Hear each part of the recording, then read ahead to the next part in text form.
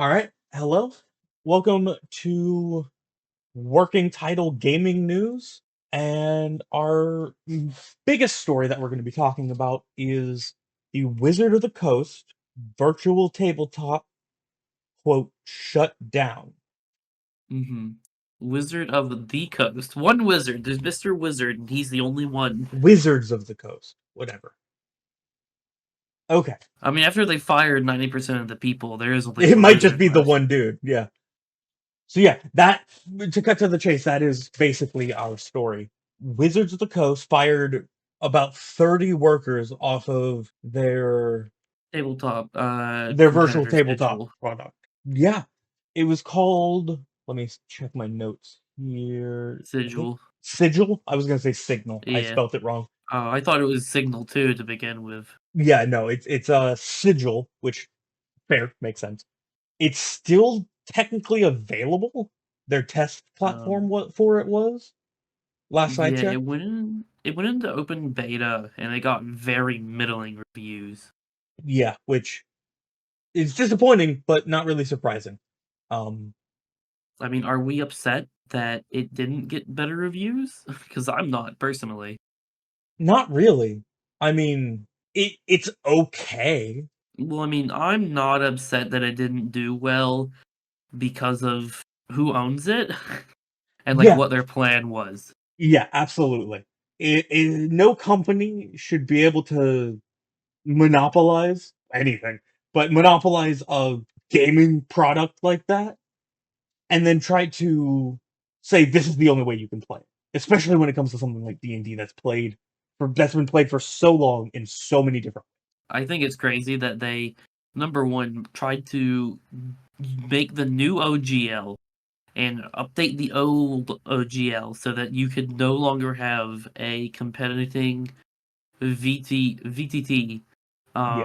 and then they tried to make their own one and tried to make it so that they could put like microtransactions into D&D. Mhm. Like that's crazy. Yeah, and I believe personally, if we're skipping from facts to opinions, my opinion is that's exactly what they were trying to do. They were wanting to nickel and dime everyone who's ever played D&D or going to play D&D into giving them more money. Well, I don't even think that's an opinion. Like I think that's pretty substantiated. Like Yeah. whenever you look at their investor reports or whenever you look at their communication, like their number one thing is like only dungeon masters like spend a lot of money because like the DM will typically buy the DMG, Dungeon Master's Guide, the Monster Manual, and a player's handbook, and they'll pick up all the other like expansion books.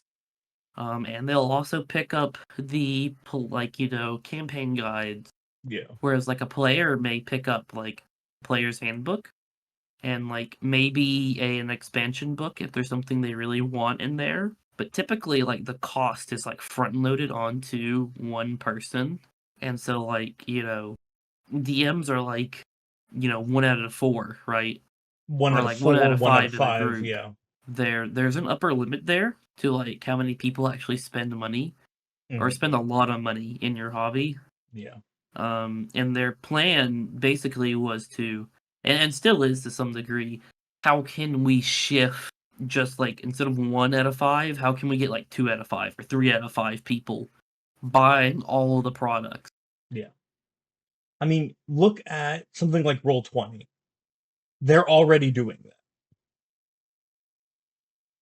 I I mean, mean, you say that. they have a system where you can share books, but if you just want to be the average player and have the books and make a character with all the other content, you have to buy all the books. Back when I was getting started in, tabletop role playing games and D&D specifically, I didn't have enough investment to invest the money into virtual books.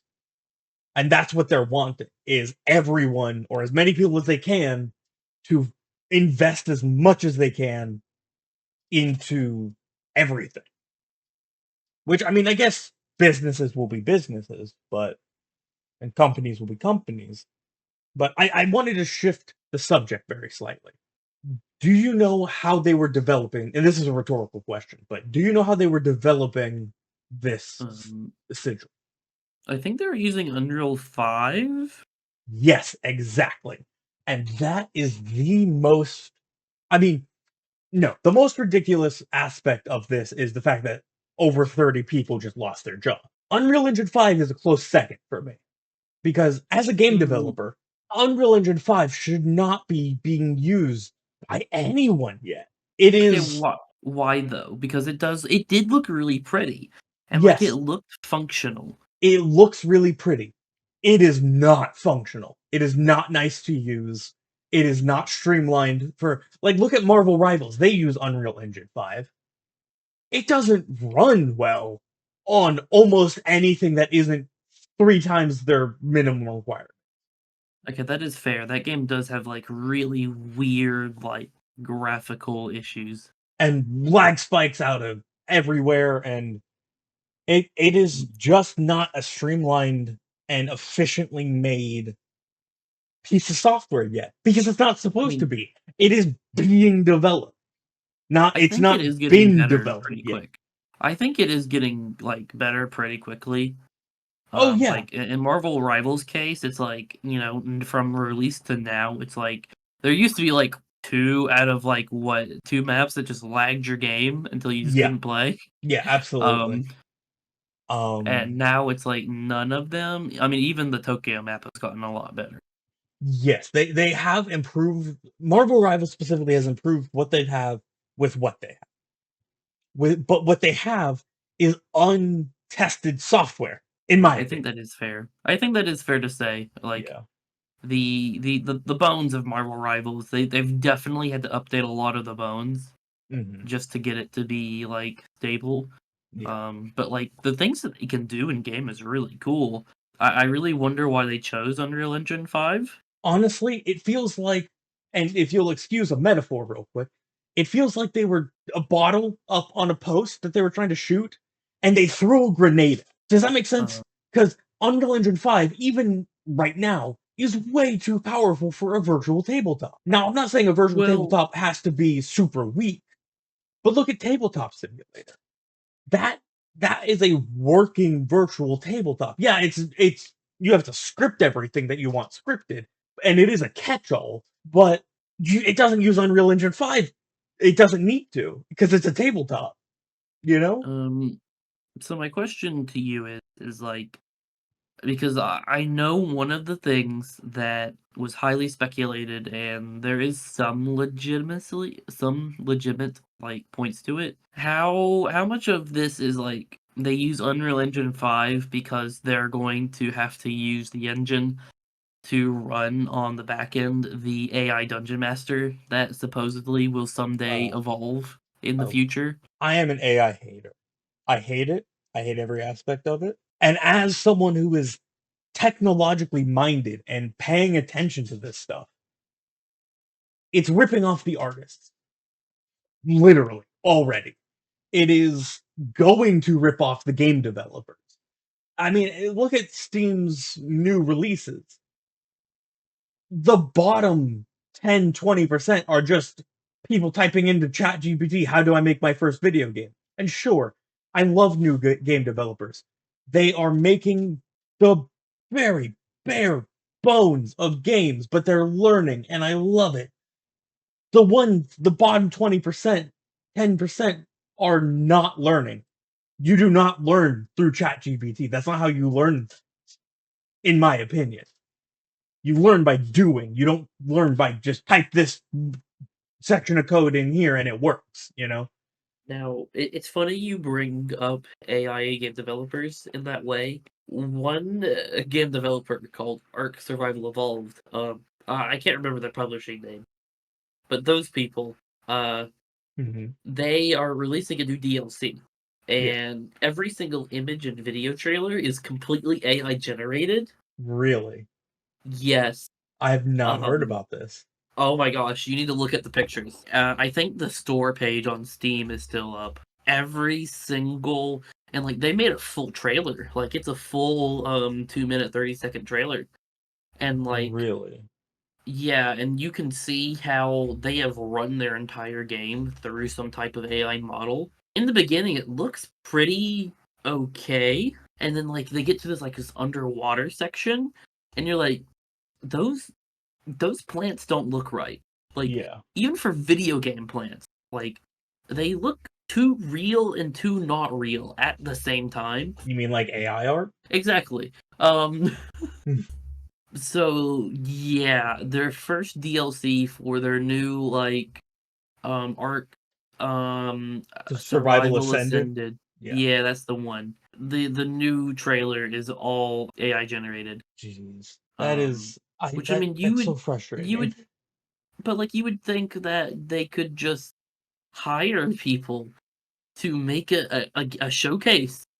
Like And that's what they're gonna have to do on the back with, you know, the backpack full of bad press they just got. They could have just um done it in the first place and been yeah, it's interesting. It sure is interesting, the power of AI.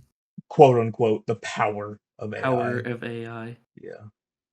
I it aggravates me. And to think they're trying to make an AI dungeon master is just ridiculous to me. But it seems like from Wizards of the Coast perspective it was getting too expensive. I don't know why they would think that. Maybe because oh, I don't know. They're down $30 million from Magic the Gathering and D&D. Or well, just D&D. I don't know how much they're down from Magic the Gathering. They are down from Magic. I don't know exactly how much either, but they are down like a pretty significant number. From Um, just from last year. yeah, and I wonder how much of the strategy that they're doing for D&D was solely based off of 2020 when like everyone was like chained inside, like they didn't have a choice. Ah, yes. You Honestly, know, during the that's bad when times. yeah, bad times, bad times. Honestly, that's when a lot of people got into a lot of new stuff, and you can't replicate that. No amount of throwing money at a problem will replicate that. Sorry, throwing money at a product, not a problem. Throwing money at a Well, no, product. no, no. Their problem is that people don't want to play D&D on a computer. People like looking at people and talking to people and making weird voices and weird hand gestures and getting up and going to go eat food with their friends during the middle of the session and coming back, right? That's their problem. Their Yeah, problem is how the game has been fundamentally played. for Because there's no way years, to for decades. monetize. Yeah, Yeah, there's no way to monetize that because they're not playing that on a platform. yeah. And the other day, you made a really good point. So it's apparently too expensive on an engine that's not tested, and they wanted people to subscribe to it, not just buy it See, outright. I wonder why. Like, I wonder what their limit for too expensive is because they're effectively developing a game, with no gameplay. If that makes sense, because Yeah, like, because it's the players that and the dungeon master working collaboratively that make the gameplay. Yeah, there are yes, mechanics, unless but like mechanics are important to a game, of course. But to a tabletop role playing game, it's the people, it's the story being told that's important. More important, in my opinion. right. So my question is here is like I don't think that should be too expensive. Like I don't think that part of it is the expensive part. My guess here is that they are trying to create this AI generated dungeon master and they found out that AI is actually very hard to use. Generative AI at the very least is nowhere near good enough to be a dungeon master. Like there's too many prompts and like there's too much information Yeah. and like the AI also has to take into account the rules and there's no way for it to do that because generative AI works on a prediction model. Mhm. It has different weights and those weights determine what word it will say next. Yeah. And I know there are more advanced models, quote unquote, that do less of that. But this is not. general intelligence. Like this thing is not sentient. It's not sentient, it's not even smart. From a gameplay point of view, the reason I'll use myself as an example. When I played D&D, Dungeons and Dragons, as a player, the freedom of expression I have through that character is functionally infinite because it's limited by my imagination and the party's imagination. You can't do that in a video game. The closest they've gotten is called Baldur's Gate 3, mhm. and it's so good that the company, Larian Studios, is not making another one. Yeah, they're making Divinity Original Sin, 3 or DLC for 2 or something, and I'm very Mhm. excited about that, frankly. But that's not what we're talking about. We're talking about Baldur's Gate 3 briefly. That Mhm. it is so close to D&D, but not quite there. Right. Mechanically, it is sound, and I'm excited to play with the new subclasses they're going to be bringing out in Update 8. But it's not quite there yet. I say yet, it's not quite there for D&D to be perfectly one-to-one recreated without it being tabletop simulator, where it's, hey, we have a table and miniatures. Yeah. Go wild. And see, my thing is like And even that's not I, perfect, in my opinion. but like the amount of work it probably took to create just the mechanical interactions within Baldur's Gate probably took an immense amount of work. Oh yeah, they were working on that game. I'm a game developer, an indie game developer. I am not, 3D modeling these studio quality models. I couldn't do that in my imagination. I meant to say dreams. I couldn't do that in my dreams.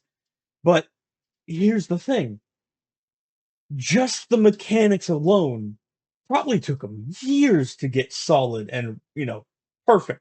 And then art assets on top of that, or simultaneously with that. However, studios do that differently. It's crazy. It is just crazy that Wizards of the Coast, knowing that, would try to make a tabletop version that is functionally infinite. It just doesn't make sense. See, Well, my no, thing is no, no, like, no. It makes sense because they want money. see, okay, but my thing is like I 100% believe that it was not the actual people who make the game making that decision. Of course not. Um, just like how it wasn't their decision to make 5.5. Oh, Um, are we talking about 5.5 now? I think we're moving into 5.5. Okay, fantastic. I have mixed opinions. Like the people who actually make the game didn't really want to make 5.5. They were From told what to. I understand, it's the higher ups who were scared of an edition change. Yeah. Um, and scared of losing all of these people who play 5th edition D&D because it's the most amount of people who have ever played 5th edition or D&D really. Yeah. Um, I mean, we can say and that. That's easy to say. 5th edition is as popular as Dungeons and Dragons has ever been. It's the closest to mainstream that it's ever been. they were scared of losing this audience, and in response to that, like we don't want to take any risks, but we want to introduce more products that you can buy. We're going to make 5.5, which was one D&D. Yeah. Because the original pitch was no more additions. We're just going to have a constantly updating document, Yeah. which I think is bad Mhm. because tabletop games are not video games. Yeah, that's fair. And I think additions are really good for tabletop games because this edition had this feeling and this playstyle, and if you like that, then you can play that forever. Mhm. Or if you like don't like it or you're getting tired of it, you want a little bit of a change, you go to the next edition, right? Yeah. Um, Or have and different games for different editions, like our that's group right. does. There you go. Like it's like if you want to be a war gamer, play Warhammer. But if you want to be a war Yeah, gamer in D&D, play 4th edition or go play Pathfinder 1E or 2E. If you want to be really role play heavy, play 5th edition. And Vampire the Masquerade's in there somewhere. It doesn't make sense. They're trying to complete D&D and be like, this is our next step in D&D. And like you were saying, the developers, the people actually, boots on the ground making the game, aren't to be punished by any means. They're just doing what they're told for their job. And apparently, if they don't do that, 90% of them will get fired. Well, I mean, Sigil was not even like Sigil was usable. Like you could definitely use it. Yeah. Um, From a but technical point of like, view, it's functional. but I mean, like, I obviously it wasn't going to grow as fast as the higher ups wanted it to. Just like how 5.5 is not growing as fast as the higher ups wanted it to. Yeah. And so, like, 5.5 has already, like, kind of lost its D&D 5th edition identity. Hmm. Um, you know, 5.5 feels a lot more finicky to play. Definitely. And like, the monsters, like, have two different damage types, right? Hmm. Um, And if you are a barbarian, right, in 5.5, it's just like, oh, I get hit, I take half of that goes away. But now in like 5.5, it's like, oh, I get hit, well, half of that damage is poison, so I don't touch that damage. And so I gotta divide this number by 2. And so now I gotta add these two numbers together, and that's how much damage I actually take, right? Yeah. Where before it's just like, I take 10 damage? No, I don't. I take 5 damage. Now it's like, Mhm. oh, and now I have a quarter damage resistance from this other thing. It just feels a lot more Pathfindery in that way. Yeah, that's a fair way to put it. More finicky, more tactical, but I don't think we play 5th edition D&D for that. I agree. I think fifth edition is the best. It has two qualities to it that I attribute 100% as a original Pathfinder player. As I originally played Pathfinder, I attribute these two qualities to D&D as to why I play D&D. One, it was so easy to honestly. Fifth edition, such a good starting. And two, it's a really good mix of role play and tactical combat.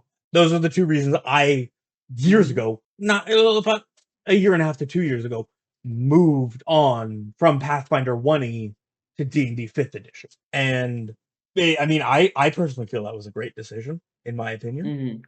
But now we have 5.5 or 2024, whatever you want to call it, Or one D&D. or 1D&D. It's bizarre because they have certain things I like.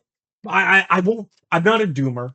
I will not say Mhm. everything's terrible. I like the weapon masters. It gives martial classes and you know spell sword ish multi classes something to Mhm. do that isn't just I swing my sword and end my turn. Right. Because as someone who likes playing wizards and sorcerers and druids, I would never play a barbarian or an uninteresting non-battle master fighter that just swings sword and turn. Now, like one of our friends in our group is playing a champion fighter, and while he has some issues with new champion, like same issues he had with old champion, the weapon Mhm. masteries are giving him almost a combo attack style play Oh, style. yeah. It's really cool. And I'm playing a rogue in that game, being able to slow people with my crossbow, it's so cool. And it's just it has positives and negatives, Yeah. pros and cons. I just don't like how 5.5 is losing that 5th edition quality to it. Yeah, Um, because I really feel like if they wanted to make a tactical version of D&D, they should have just made like a supplemental product to the rules and it's like, okay, here's D&D tactics, right? yeah, Here's these all these rules to make D&D more tactical, right? hmm, Or here's like D&D 5e survival, right? yeah, here's all these rules and all these rule changes to make D&D more into a survival game, right? Yeah, I feel like they could have done that instead of just like, here is this very tepid, very finicky, like we're changing slight things here and there, paladins get like horses. Paladin gets horses, changes, and I feel like instead of doing that, they could have done other things, and they could have. What they should have done is just done an edition. Hmm. Here's the new edition, sixth edition, and Yeah, they could have continued to publish fifth edition products. Like it's not like they can't do that. yeah. Um, And you want to know what system does this perfectly? What you just described? The Fallout system. And I'll explain that. Their core rulebook is about a Fallout adventure, like the video. mhm, They then released Wanderers, which is more NPC focused stuff, or, weirder characters. Like mhm, in the core rulebook, Child of Adam is an enemy. In yep, Wanderers, it's a playable starting point, you know? mhm, yeah, Then they added Settlements as a book where you have settlement stats and settlement roles and settlement stuff. That's nothing to do with the core rules or core adventure. mm-mm, So that's what D&D should have done. Is just had a D&D survival edition or D&D 5th edition. Like you said, D&D Tactics would have been a great book. yeah. I don't know. Maybe it will get better. They're gonna be releasing more stuff soon. Yeah. Um, I'm interested to see how the products will flow. I'm interested to see how they're going to react to losing a lot of money. Um, Not well, I would a- assume. and I don't know. I mean, who knows? Like, maybe they will be. You know what, guys? We've heard your feedback. We're doing D&D 6th edition next year because I imagine they had a lot of changes that they wanted to do and they were told no.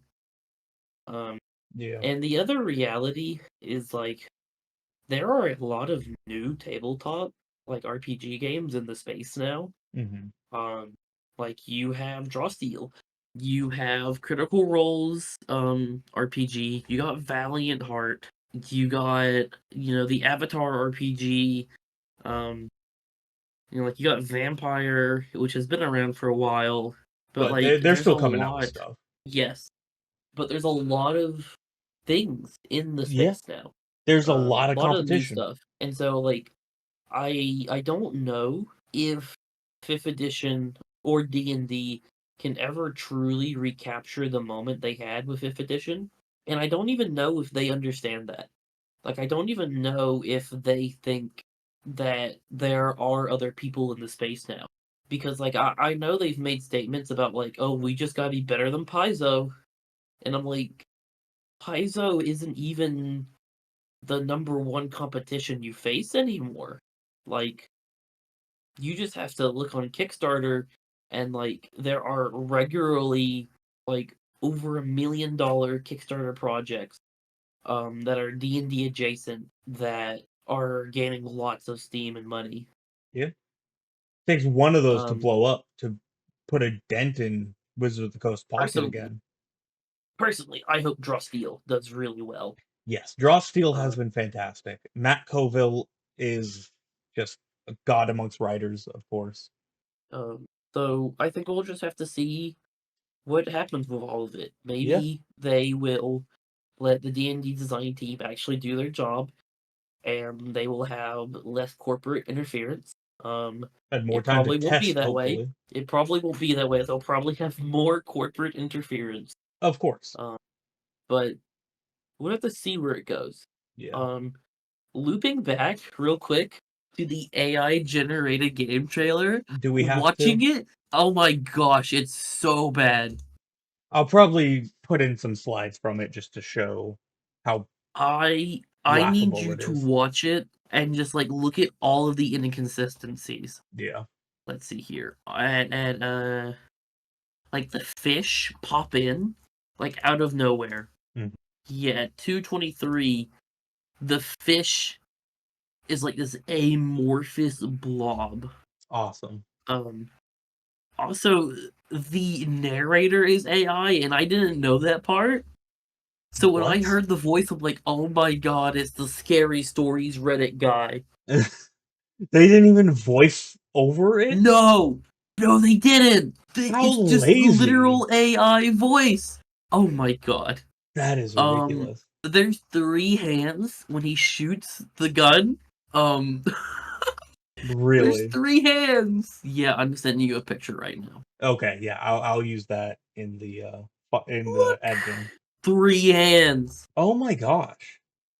Did no one watch this? Like, unironically, did anyone on their team watch this? I mean, maybe in passing, but you gotta see 3 hands fire a gun. I can't believe. I cannot believe. Yeah.